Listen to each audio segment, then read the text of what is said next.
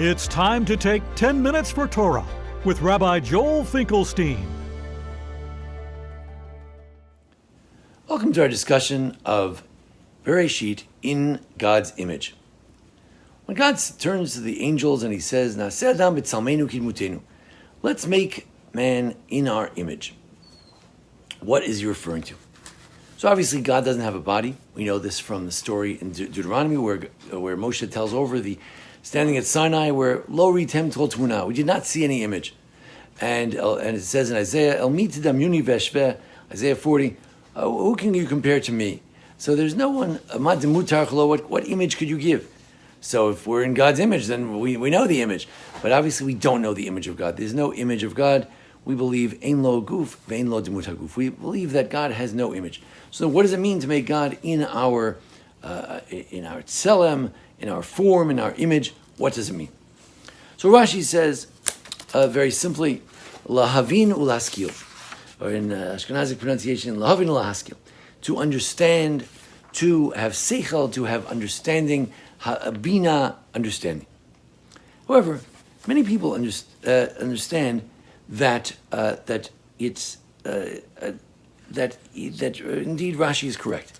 That indeed the notion is something to do with sichliut. For instance, if we look in the Ramban, he says, well, it also relates to the idea that we have a soul, that the soul does not die, that we have something that is domeh la'elyonim, that is similar to the heavenly bodies, in that our soul is indeed eternal. But the Radak, more similar to Rashi, says, but Tzalmeinu says that we will have seichel, na'aseh b'seichel, that sheyeh echad michalko ha-seichel, that he will have that kind of understanding. Or, for instance, sheyishtamesh b'sichliut, that he will engage and he will use his wisdom to live and to exist. If we look at the Rabbi Yosef Chorshor, who was really one of the great pashtanim, one of the great rabbis in the school of the Tosfot, and the followers of Rashi, who tried to adhere to the simple meaning of the text, what does he say? He thinks it has to do with the word Elohim, not the holy word Elohim that we don't want to say, the word name of God, but rather Elohim, a judge, that would let us make us in him in our image to be like a judge. What does that mean? That b'tselem sheyeh dayan v'shofet, that he could be a judge.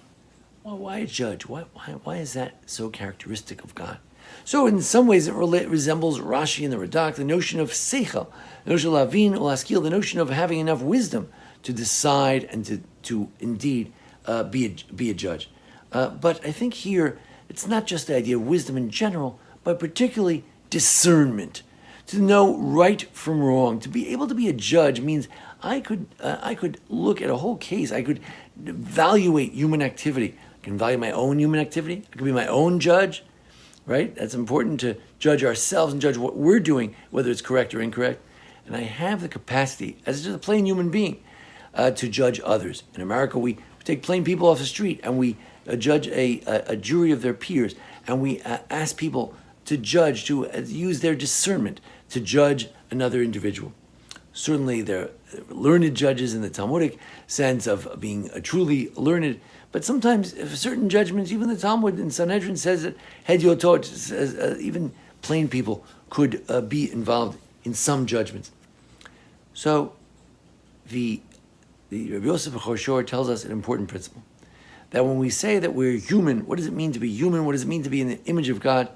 It means that we have not only knowledge, wisdom, to be smart, and redu b'dat hayam, to have dominion over the animals, to have dominion over AI, over the computers, over all kinds of weaponry and all kinds of arts and crafts, but also judgment, knowledge, wisdom, but even further, discernment, the ability to discern right from wrong.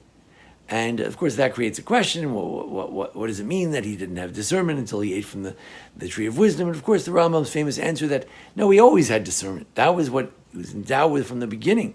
He had discernment, but he began, on the contrary, from the tree began to add an element of subjectivity, a lack of judgment, a poor judgment, a judgment based on what is tov and ra, what looks good and what doesn't look good, what looks tasty, what's desirous, and that was a false form of judgment. But the true form of judgment is based on true good, true evil, what's truly just and unjust, and this is a human capacity.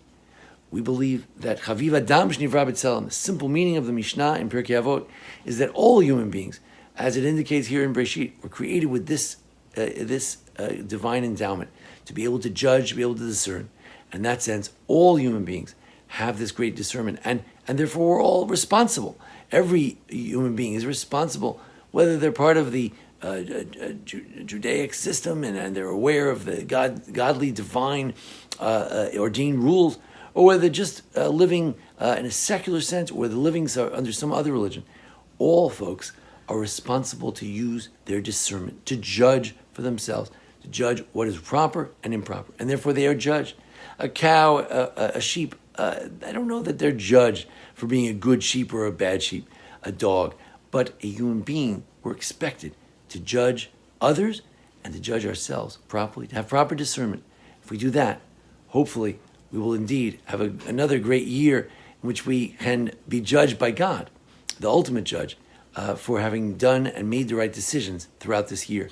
Let's hope that this year will continue to bring good news as we hear the release of the hostages recently, such a jubilation in the Jewish community. Let's hope that we can continue to have a year full of good judgment and a year, God willing, where God judges us for the good, and we'll continue to have Sorot Tovot, good tidings, and good times lying yet ahead. Thank you for joining us here at the Baron Hirsch Congregation for a discussion of the parsha and the holidays.